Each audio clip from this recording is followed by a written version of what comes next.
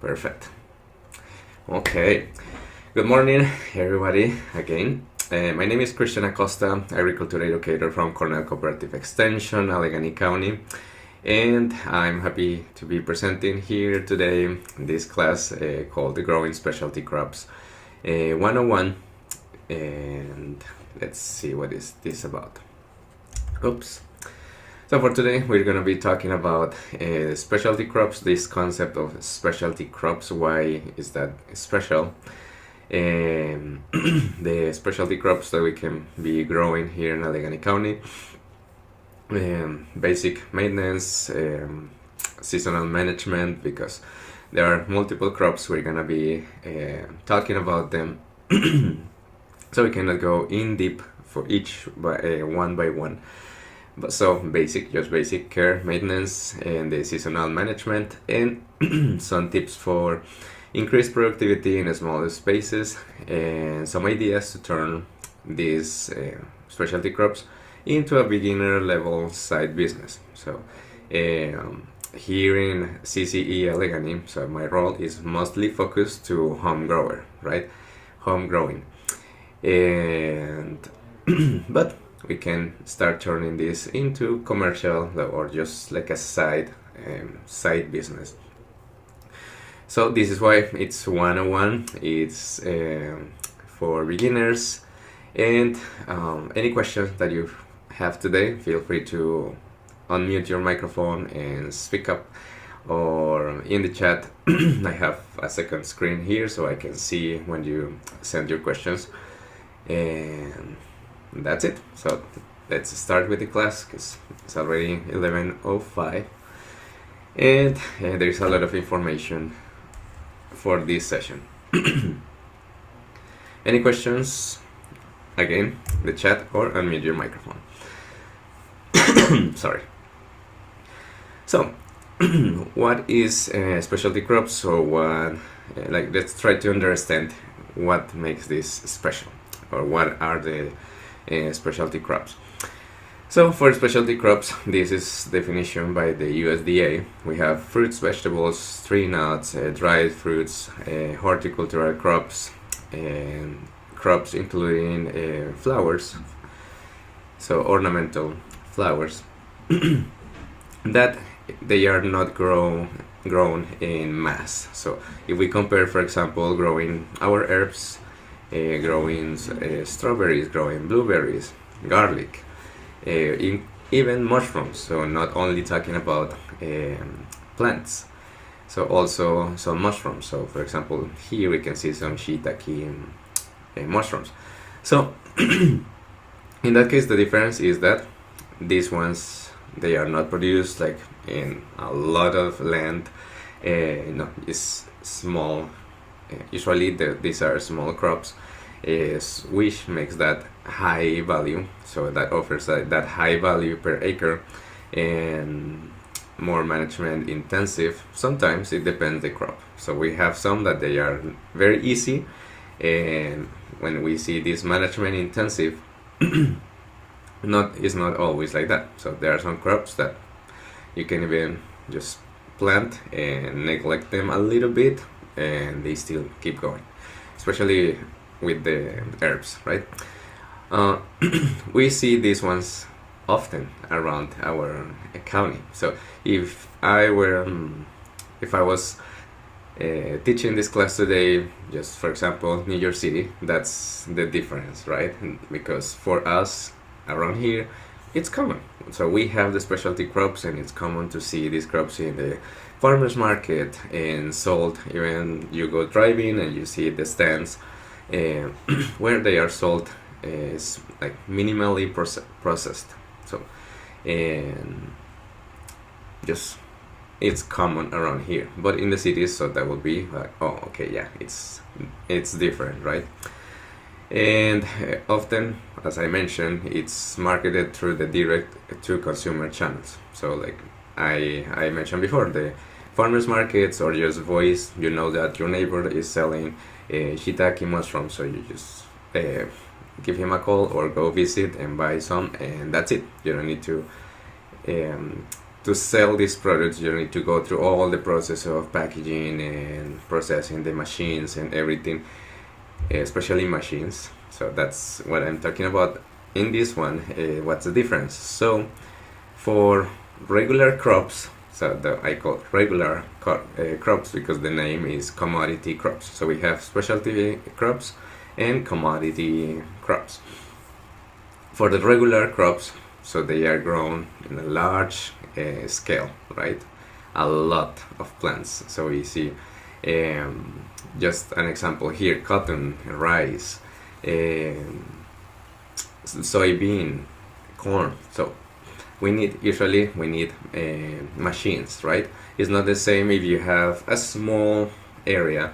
There were just an example, 10 by 10 square feet, and you want to grow cotton or soybean or corn. So yeah, you can do it, but in this case you don't have like the best yield, the best performance for these plants in just a small area, compared to, for example, some strawberries, some garlic, herbs, that even that small space you can have a lot of them.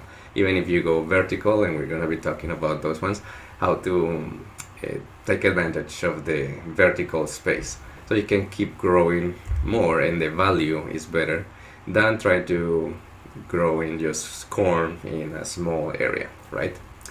So for the regular crops, we have these crops that they are grown like big areas, and they are traded nationally, globally. They are used mostly for processing. They are processed for example, fuel, for feed, for animal, like the kibble, for like sub products from there. It's not, for example, you don't go and harvest the cotton just like that and immediately start using it in wools or to do something, knitting or something like that, right? It needs to be processed.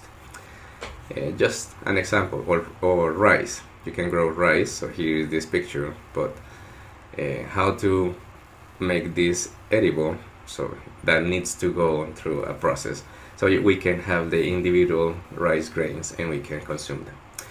So in this case, for regular crops, the value is lower than specialty crops. That is one of the difference. So in that case, what creates value in these crops is because it's produced at massive scale. So that's the difference, and that's why we can start specialty crops. Especially this class is 101, right? So if you're a beginner, if you just want to know or would like to start some side business, side hustle with specialty crops, so okay, now which ones and how to start? That's the question. So for this, it can be regular crops or it can be specialty crops. We need to focus on our area, the environment. We have the USDA, the hardiness, or sometimes called also a gardening zones here, Allegany County. So you can go to the USDA or just Google in USDA hardiness zone map, and you can find this one. So here I focused only Allegany County. So if you see the colors, we find that is between the zone 5A and 5A. No, just I am wrong. This is Cattaraugus County. This purple here, 5B and 6A. So here, these two colors here. So in that case, what does it mean? It's just about the average of temperature, and well, with this is just you don't need to know exactly the science behind that, just to know that this is the zones for you, and that plants, they can grow healthy and happy in these areas, and there are some plants that they are not going to be healthy and happy in these areas. So based on this, plus, and I like to talk about the plus microclimates, because we can have, I'm in a zone, for example here, 6A, Okay, so yeah, 6A, the temperatures, the average, so -15 to -10. But there are some microclimates, right? And we know that around here. So sometimes I'm talking about just, for example, the tomatoes that you're growing is even the same variety purchased in the same place, the same greenhouse or the same seed packets, and you have your tomatoes happy growing and producing a lot of fruit, and then your neighbor that is just 10 minutes from you, driving 10 minutes from you, is having a hard time, and they are both in the same 6A area. So what is that? Why is that? So microclimates. We have microclimates. That's something that we need to know, like you as a gardener, need to know what is exactly your that climate, like your environmental conditions. So how cold can it be? Sometimes we can get more snow or less snow, get warmer summers, and then someone, just because the environment, so in that case having a different temperature, different behavior of the plants. So okay, now we know about the hardiness zone, and I'm gonna start talking about which ones to grow. So we're gonna compare. So the ones that I'm gonna mention, it's in general reported, research based, they grow well here. If you have a microclimate and experience, you start growing and experiencing that is not, that definitely, for example, the first one, garlic, that no, good luck, something is happening, you try to grow and no, it's like nothing is producing. So it can be environmental conditions, so you can be in this spot, this microclimate that is not really good for garlic, just an example. So it's not like everything is lost, because you can always try to fix that somehow, moving the plants, using rice beds, or sometimes it's nutritional, it's the soil. So in that case, I always invite you to test your soil. So in that case, you can do some amendments. So if you need to increase pH or lower the pH, or do something about nutrition, that's also.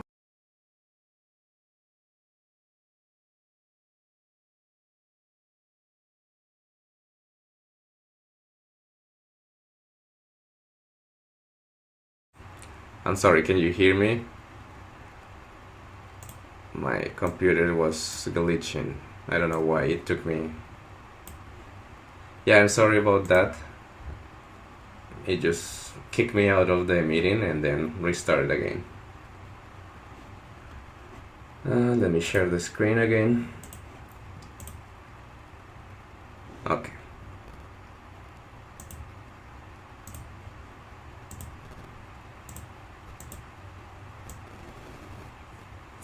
Okay, that was, I'm sorry about that interruption. That was weird. It just kicked me out of the meeting and then it restarted again.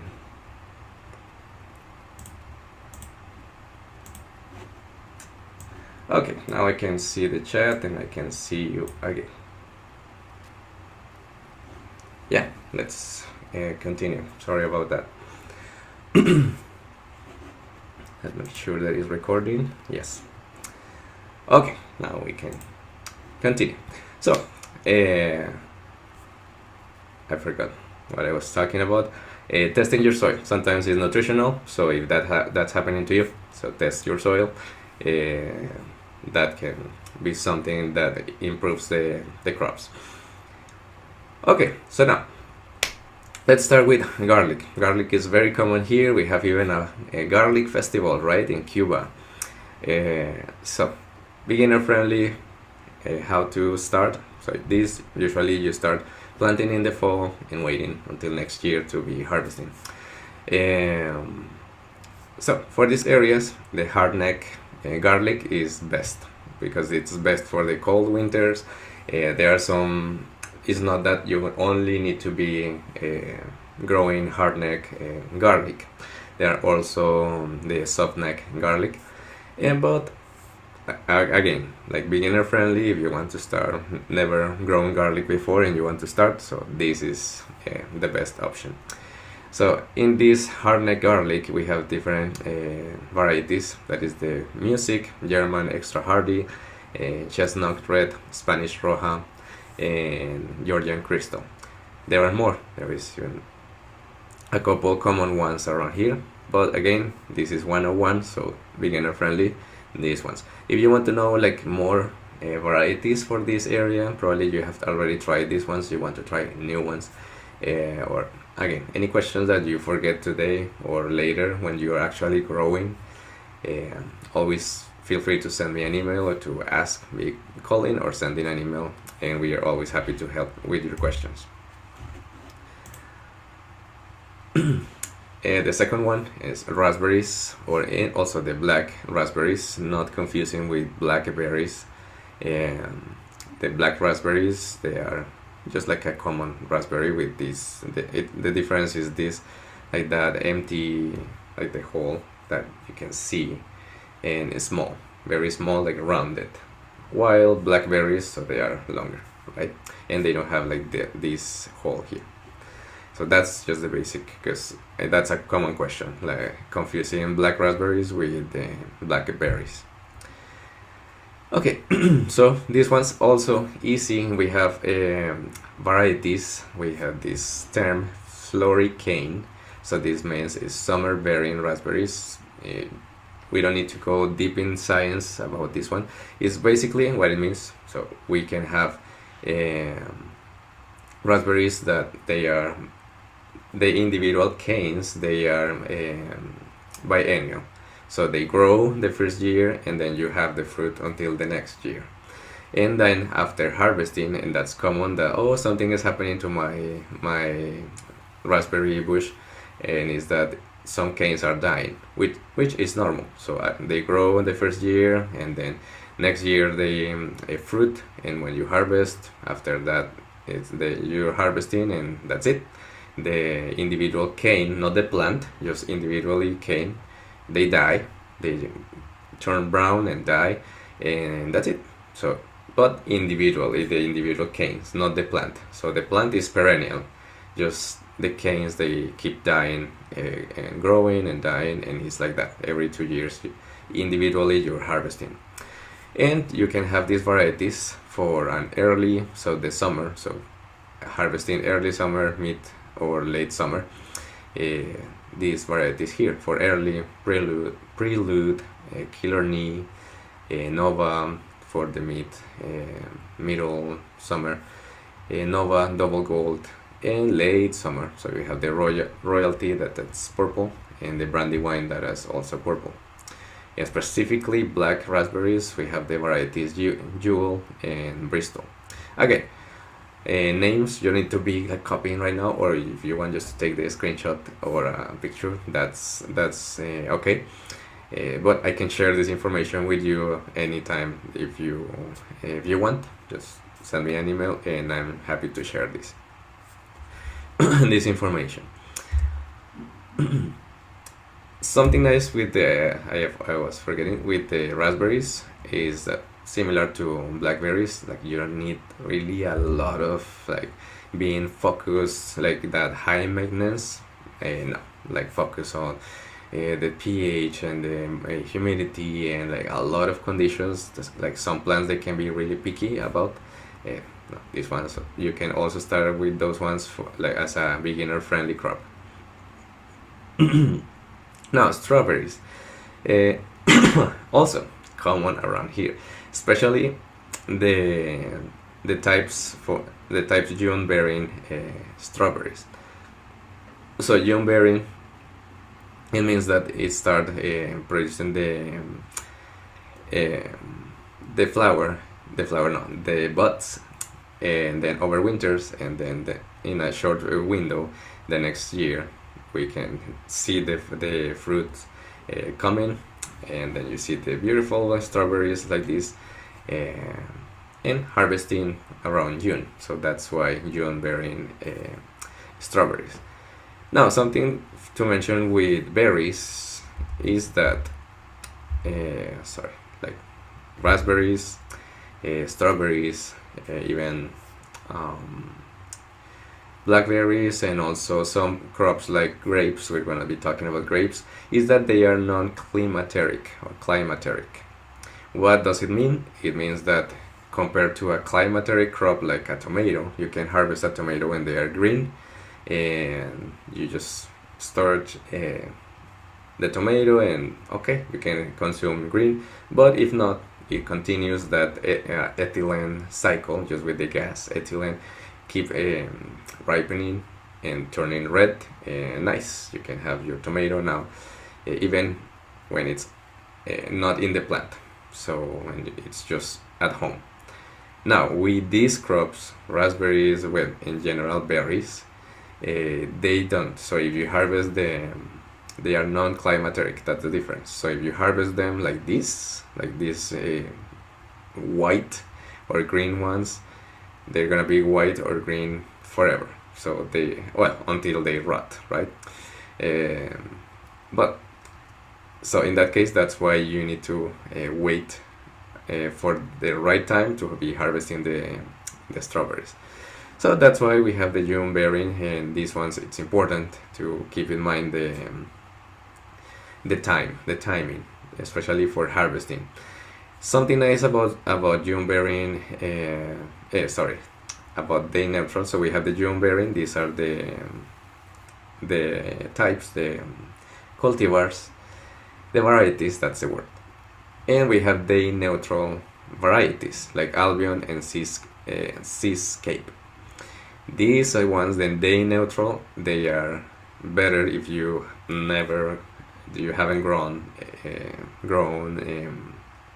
strawberries before, so you can start with these ones, day neutral. For example, the Albion, that's a good variety, or Seascape. And you can start with in pots or directly outside in the garden. So no problem about that. They can overwinter, and then next year they keep growing. Even just something personal that happened when we moved to a new house. We found strawberries just out in the lawn, so in the front yard. It wasn't a garden or anything like that. And even when we have been mowing and everything, they keep coming, and sometimes we see the strawberries in few patches. Just like, it wasn't intentionally, but it's just to prove how resilient they are. So these varieties, yeah, the difference with the neutral is that they don't need exactly the cycles of short days, long days, like the June bearing. So it doesn't mean that June bearing, they are difficult to grow or something. It's just that they really need specific times to be growing, so during the year. For this one, the day neutral, you can start even indoors, and if you have the LED lights and good conditions for them, that you can start indoors or like this in pots, even vertical garden, and you can produce more than once a year. So that's basically the difference with the strawberries. So another hardy crop.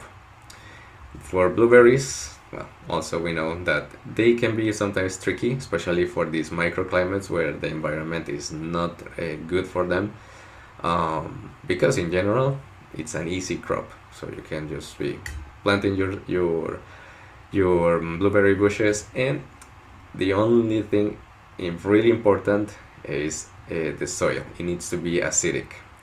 While most of the vegetables and fruits and vegetables, they have a pH between 6.6, even 6, 6.5, 7. That's the good pH range.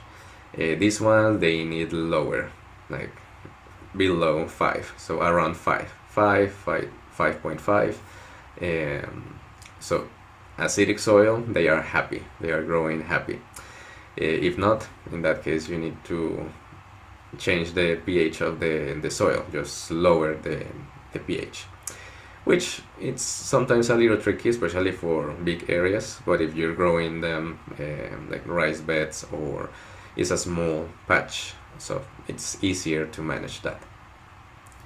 Some cultivars for these areas. So the blue crop, Duke, Patriot, and Northland.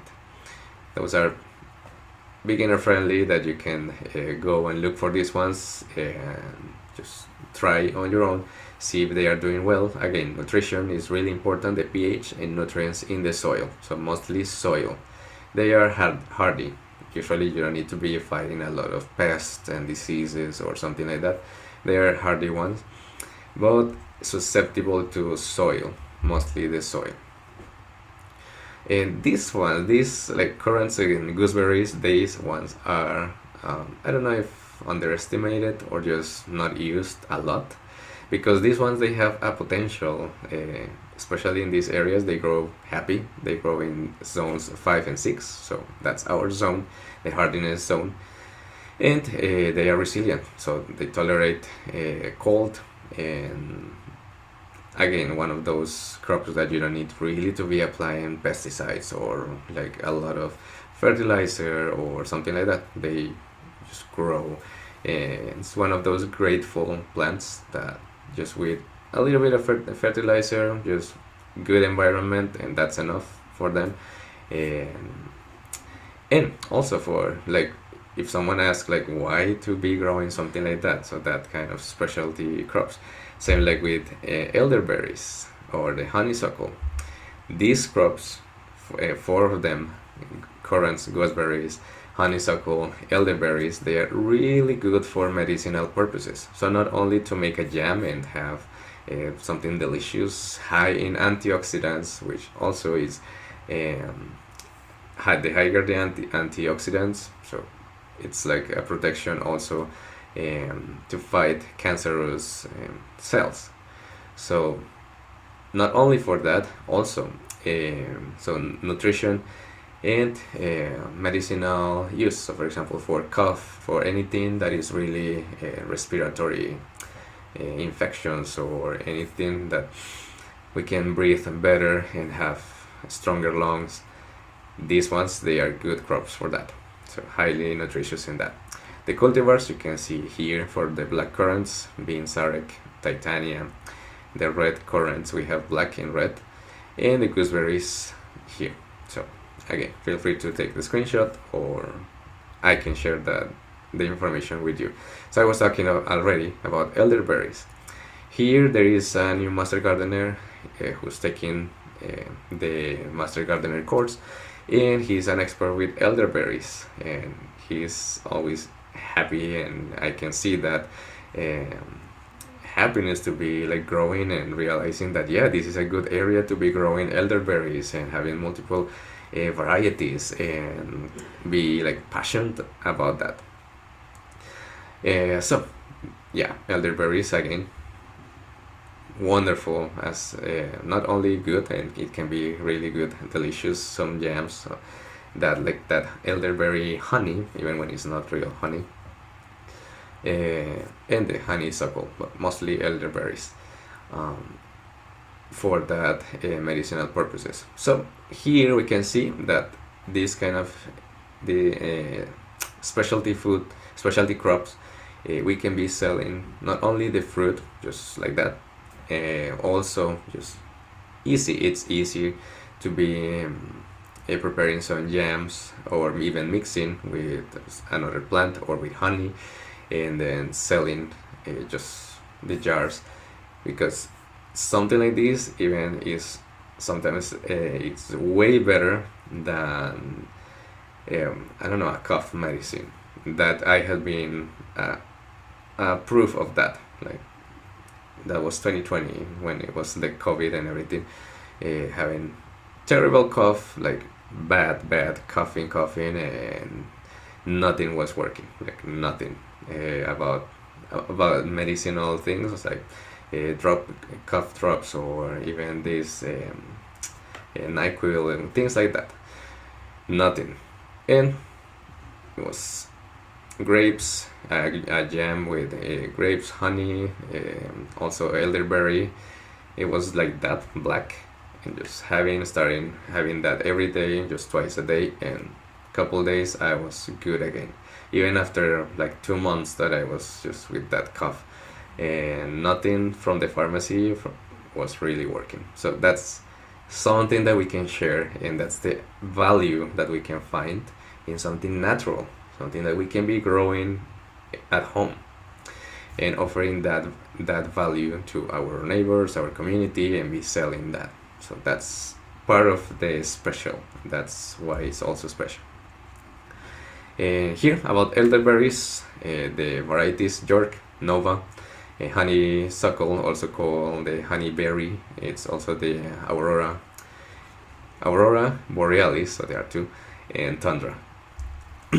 Of course, we have more, and again, I can share more information with you. It's just that we have way more information, and we are already half of the class.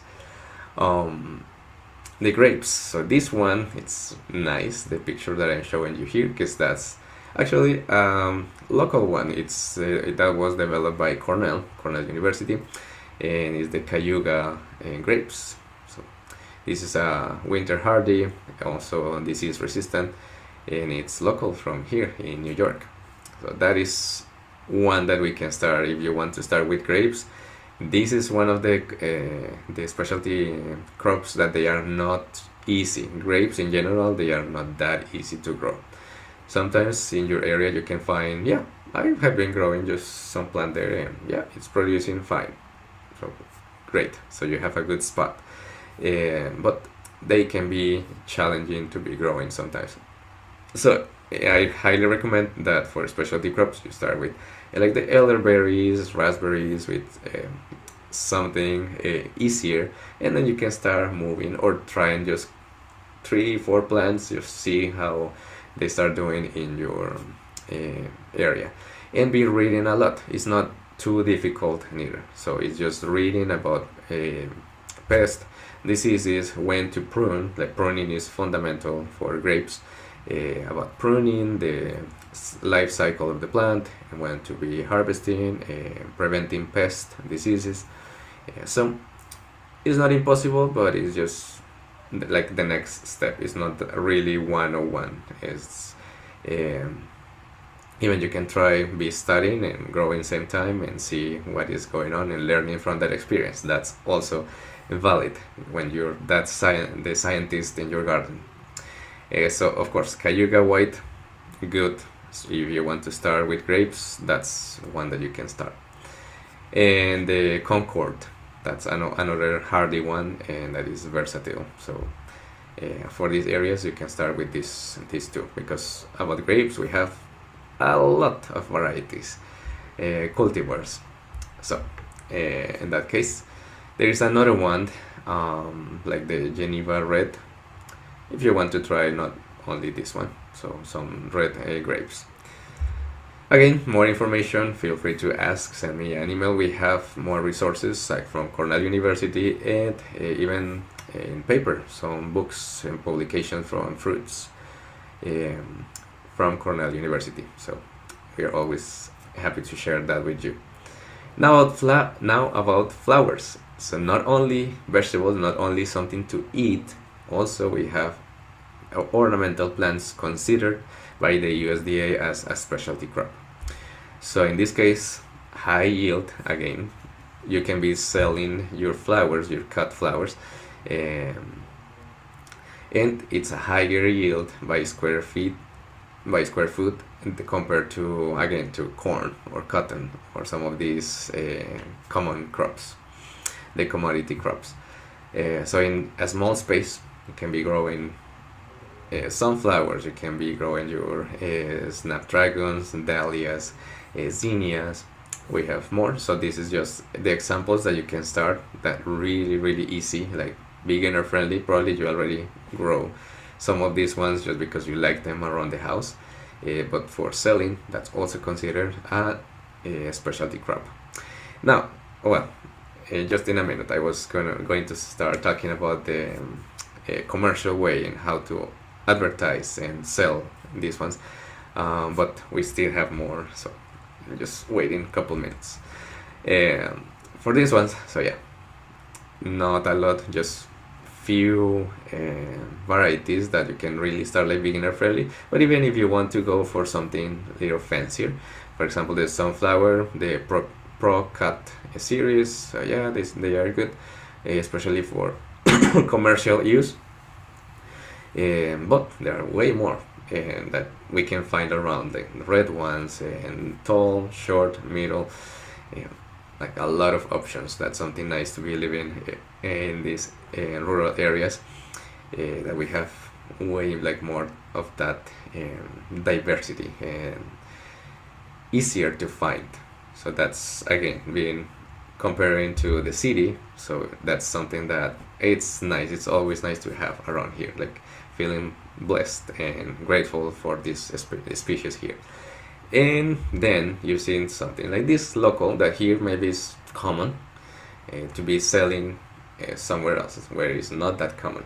So the fact that it's a specialty crop and that, oh yeah, it's common around here, don't be like, just okay, I was thinking there was something more fancy or something like that, because no, sometimes we have something common, but it's not that common for everybody around, and you can be selling at a better price and offering that, even not going too far. Like you need to go to the New York City, for example, just having the contacts for that. But I'm going into the commercial part already, and I haven't finished with the specialty crops. So herbs, another one. So herbs in general also considered specialty crops, and we can see how special they can be, especially during the winter. Like a couple weeks ago, just going to the store and looking for rosemary, basil, sage at the store, and my gosh, it's like at home you can have a pot with a beautiful big plant of rosemary, basil, sage, oregano, and you can be harvesting multiple times a year, multiple times every week or every two weeks, and it's like that, not that expensive. They don't require a lot of pesticides, or actually you don't need to be applying pesticides for most of the herbs, fertilizer or anything. They just grow and that's it, and for free, right? Now in the store, just a little pack, not that big, just like a little square, almost a square, something like this, small, just couple leaves of sage or rosemary, and it's $3, $5, or more than $5 for something that small. So we can find the value in the herbs, especially during the winter, when it's like, oh my god, even we can be growing that at home and saving money when we need to be cooking with these herbs, and not paying $4, $5, $6 for something that small at the store. And some people do, because they are not growing their plants at home. They don't know how easy this can be, and that's when we find like, oh my god, yeah, they are really special, and specialty crops in that way that we can have at home and keep growing. So we have there like cilantro, basil, dill, parsley, chives, and rosemary. We can be growing these ones in pots, easy, even just a stand that you can find or build on your own with some LED growing lights and a humidifier close to them, especially when it's too dry indoors, and growing your plants. That's growing that crop at home. I'm going to talk a little bit more about this ones and some ideas to use vertical garden for herbs, and that's a good one. Like if you want to be selling herbs, especially during the winter, and be growing these ones indoors, that's something that's an idea that you have there. Now tomatoes, these ones are my favorite specialty crop. I don't know why, but always I have loved tomatoes. We have lots and lots of varieties. So here these are just beginner friendly varieties or cultivars that I put together here, but This doesn't mean that only these ones can grow in Allegany County. Just these are the common ones, but we have way more that we can grow in this area too. Just beginner friendly because they can be, some of these ones they can be disease resistant. Just for example, these ones like the Iron Lady, the Mountain Magic, or Mountain Merit, the Plum Regal, Defiant too. Defiant, I cannot pronounce that sometimes. Defiant, this one. Well, this is resistant. When you are going to buy tomatoes and it says disease resistant, please read the label. Or sometimes the label doesn't tell you what disease. So that happened, and that's why I'm telling you about that. That happened in 2024. A grower, he bought the seeds, tomatoes, I forgot the variety. It was an indeterminate tomato, and I think it was Roma. Well, I forgot the variety, but it said this is blight resistant, not only disease resistant, blight resistant, and he got late blight. And then when he brought the samples to the office, yeah, that was late blight, no doubt. And all the crop gone, because that's like that. Like late blight can erase with the crop in just 2 weeks, because it was raining a lot. When it's raining, when it's that wet, they die.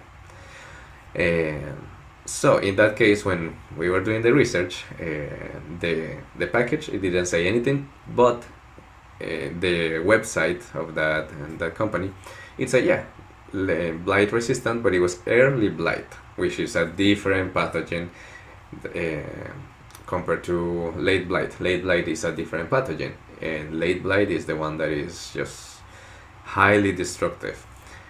So in that case, yeah, paying more for in this case blight resistant variety, but he had a late blight there in that area, in that garden, and in that case it wasn't for the late blight, it was for early blight, the protection, that disease resistance. So just to read about that before especially spending more money in some special seeds that they are like, oh yeah, that's disease resistant. So take the time to read resistant to what disease. And sometimes we can use some heirlooms and no problems, because it doesn't mean that because this gentleman, he found late blight in his garden, then everywhere in Allegany County you can find late blight. Is not the case. So just you can keep growing your heirlooms, and it's just by observation. If you know that, okay, now I have this disease or this pest, so I can go next time for a different variety, and that works. It doesn't mean that you have to quit to grow tomatoes. And there are some of these, like the Cherokee Purple, Brandywise, and there are some also hybrids like Early Girl, Big Boy, the Sun Gold, and that they are also beginner friendly and also considered, in general, tomatoes also considered specialty crops. Now, these ones, rhubarb, not that easy and beginner friendly sometimes, but in general is easier to grow compared to another specialty crop like the hops. So hops, a specialty crop, especially for beer, to make IPAs.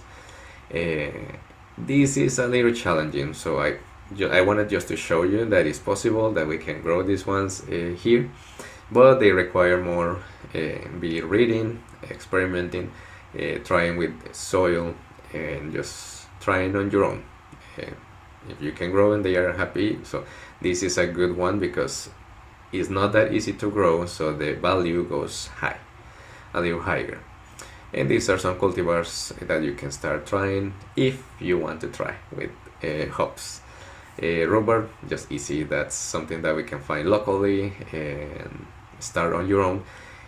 Sometimes you see that it's too cold, or like you're having that problem. Something that really worked for a lady 2 years ago, it was with some big tires, like tractor tires.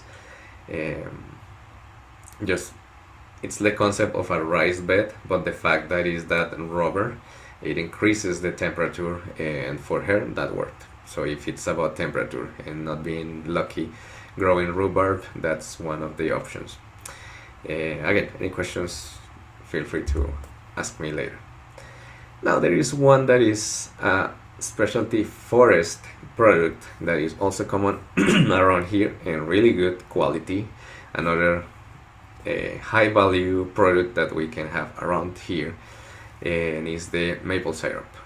So in this case we're not talking about cultivars, we're talking about species. So like the sugar maple, that is the best for this area, red maple, and also it's also tappable, so we can have that. This is something that beginner friendly. I don't recommend. I do not recommend if you're like a beginner, unless you partner with someone who has some experience, or you start reading, like studying and educating yourself about that, and just jump into try and see how it goes.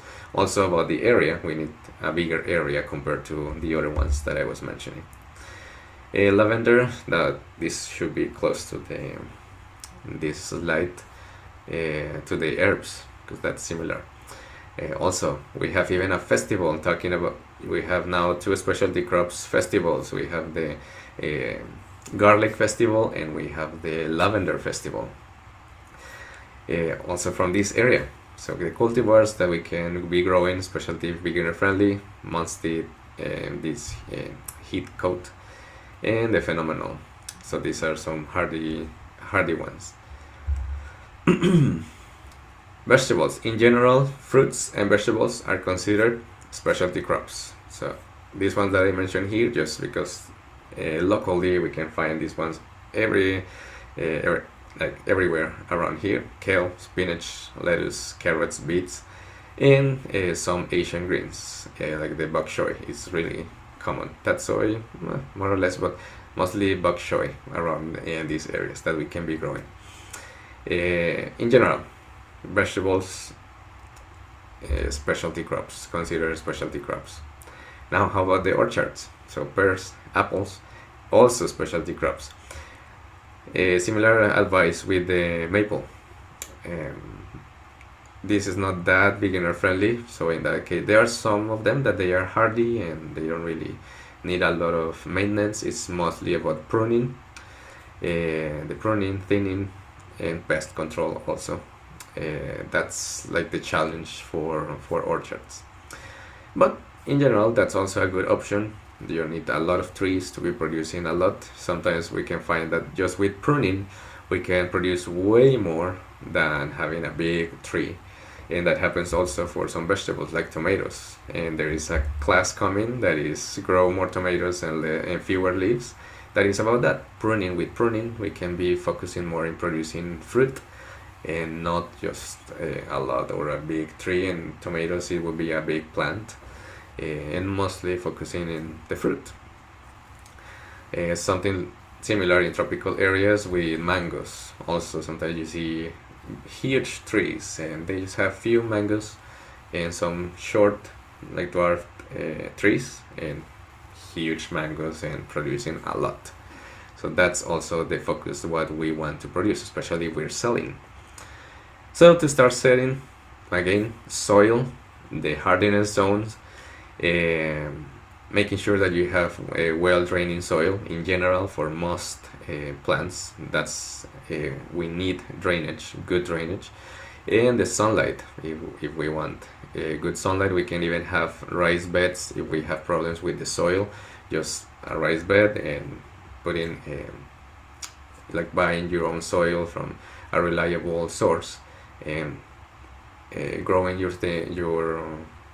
crops in raised beds, if that's the case. Because sometimes I find some folks that they are like, no, I have too much humidity, or my soil in my property is not that good, so I cannot grow anything. So yeah, you still can, just in raised beds, and with a couple pieces of wood you can build your own one, and not buying or purchasing one. Important, the soil. So if you're going to start in your garden or any area, test your soil. So I can send you the information about how to collect the samples, send to the laboratory, and be testing your soil. And composting also. We have classes about composting and how to be using compost, how to do your own compost. So that's also something that we can be helping you. And now, not only plants, also mushrooms. So in that case, we can have oysters, we can have shiitakes. These are getting common around here. That is the shiitake mushrooms. So high value because they are not that easy to grow. They take sometimes more than a year or 2 years sometimes when you grow them in logs. You can also use, sometimes it's not always that successful, sawdust, and be growing these ones indoors in bags. Again, it's something that you need to try. Sometimes some folks, they go through that process and inoculate in the bags and everything, and it's sorry, contaminated, or just not having a good and even some folks, they report that the taste is different when they are grown in logs. The taste is better. So that's also high value because it's not that easy to grow. It takes a lot to be growing the shiitakes, and something that you can be growing for your own or to be selling fresh or dehydrated. So this is best for like to be offering to restaurants or to small businesses around, because also the life after harvesting, you need to use them soon or dry those ones. When they are dry, they can last for a long time, but fresh ones, you need to, it's a matter of time before they rot or they need to be consumed sooner. So about basic care and management for any crop that you decide to grow, like any specialty crop. Soil testing, number one, that's what my recommendation. Second, crop rotation. Don't keep, because you had a good harvest and I did great with my herbs, my tomatoes, my lavender, my garlic. So keep always growing and harvesting the same crop. Then over the years you can have nutritional problems about the soil nutrition, and pests and diseases. So in that case, crop rotation. So just keep rotating the beds, so each time is something different. Every year or every 2 years you can be rotating your crops. It's better to use preventive measures. So for pests and diseases, it's better to be spraying a neem oil that is not toxic, is not contaminating anything, is natural, it comes from a tree, and you can be using something like that. Just for example, the neem oil is nice. That's one of my favorite preventive measures, because not only for pests, also for diseases. It works as an insecticide and fungicide, preventive. So it's way better and cheaper than corrective, when we actually have pests and diseases and we are losing the plants, and we need to apply pesticides, and that increases the cost and it's toxic, and it's something that is not that nice. So always is better something preventive.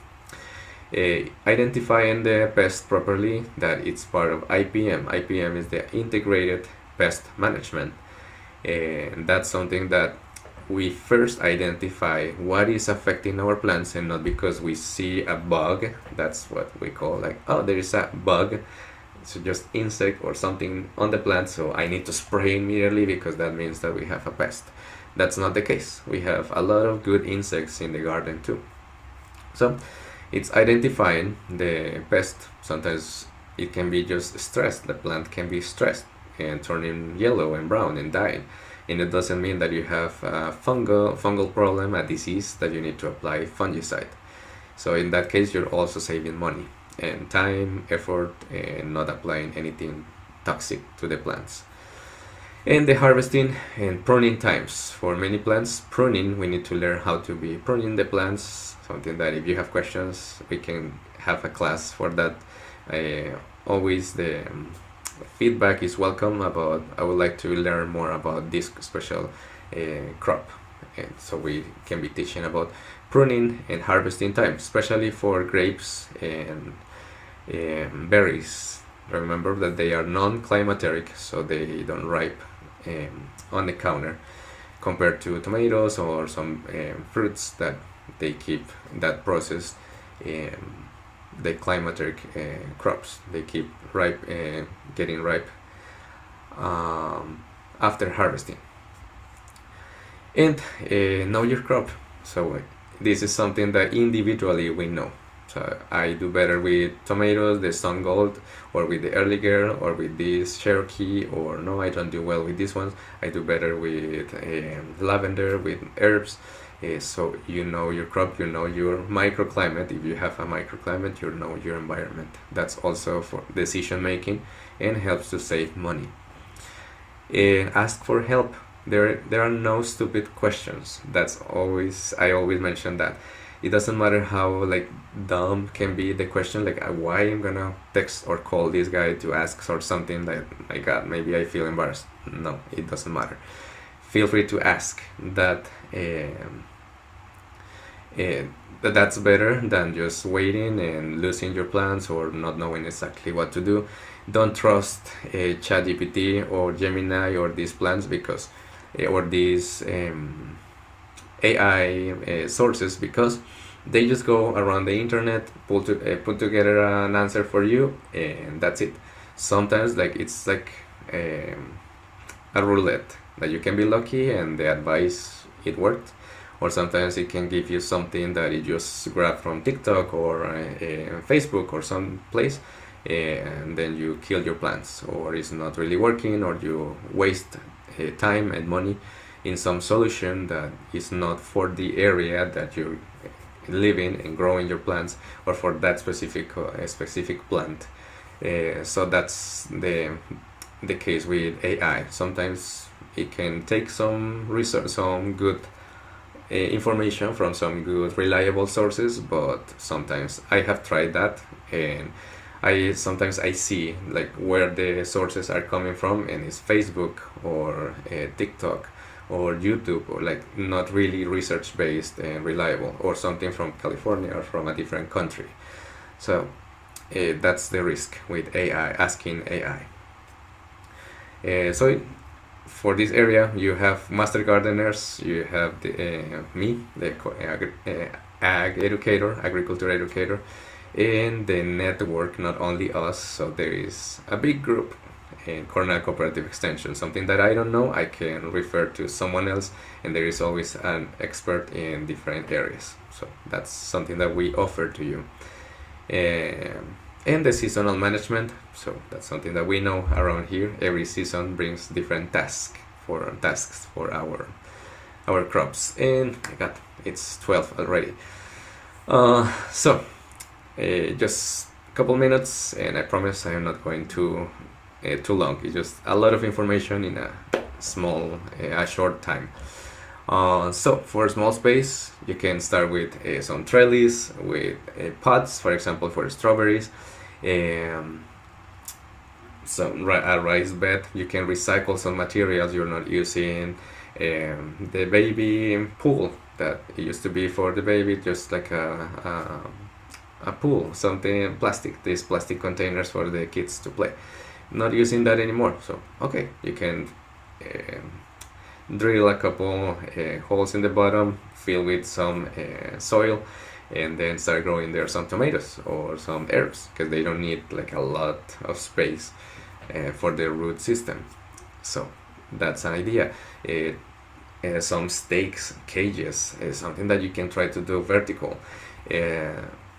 Even indoors you can have that option too. That increases the value because you're producing more in a small space. And there is a method for tomatoes, for example, that I can be teaching. That's May 9th, the class that is grow more tomatoes and fewer leaves, that where I'm teaching how to be harvesting and pruning, growing and pruning the plants, so you can be harvesting more tomatoes and even use a small space to have more plants together, closer, and producing more tomatoes instead of a lot of leaves and just few tomatoes. And also the succession plant. So for example, the greens, microgreens are also specialty food, specialty crops. Radish, cilantro. So for example, cilantro, you can be a little disappointed that if the plant is growing and you harvest and then the plant just die, or the plant just start turning yellow, brown, and dies, because that's the life cycle. So it's not you don't have a black thumb. It's just that the cilantro in that case, it grows and you need to harvest, and that's it. You need to keep planting every couple of weeks if you want to keep growing and harvesting cilantro or the radish or the microgreens. So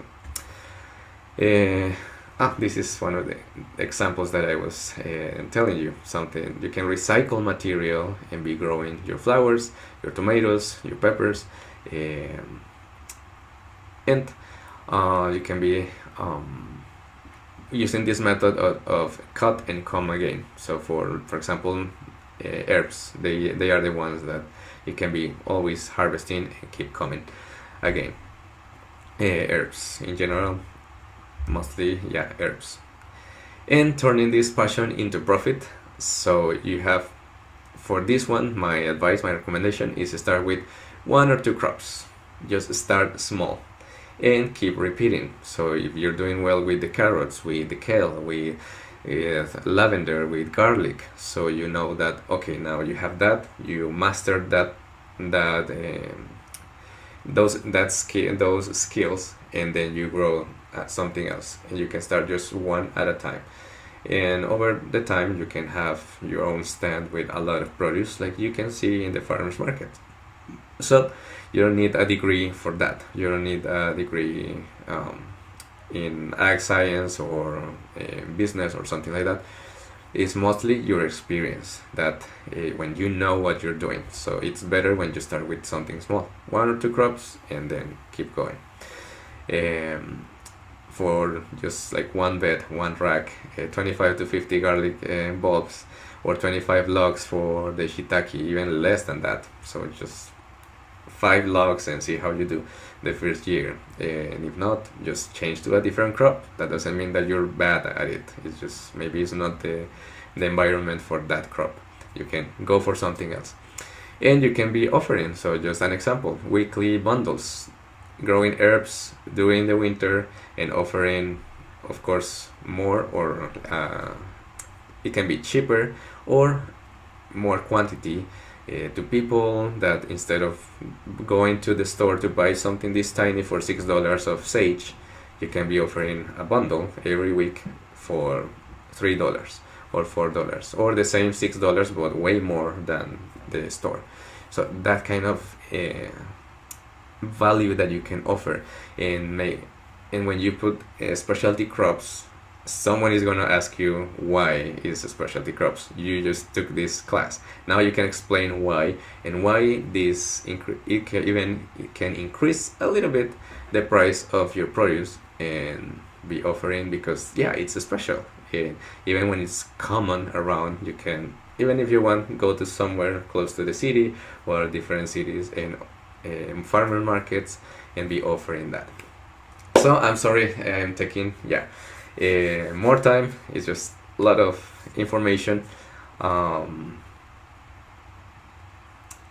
Mark, so thank you.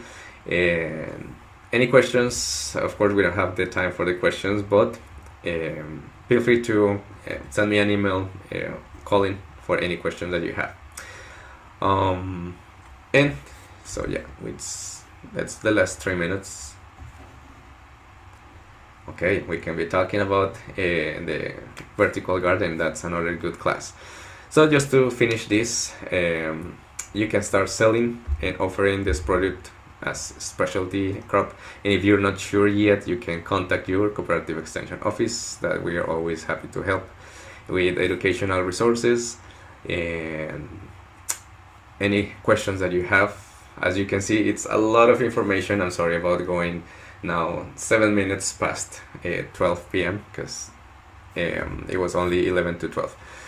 But I hope this can be helpful for you, and that this motivates you to start growing something this year.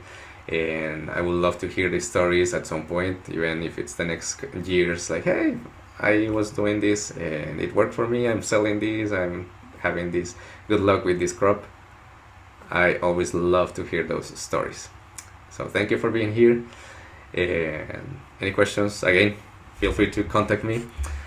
And any feedback, anything that you would like to learn next classes, online or in person, feel free to send that feedback too. So that's it for today. Have a wonderful weekend. Enjoy the sunny days, and I'll see you in the next class.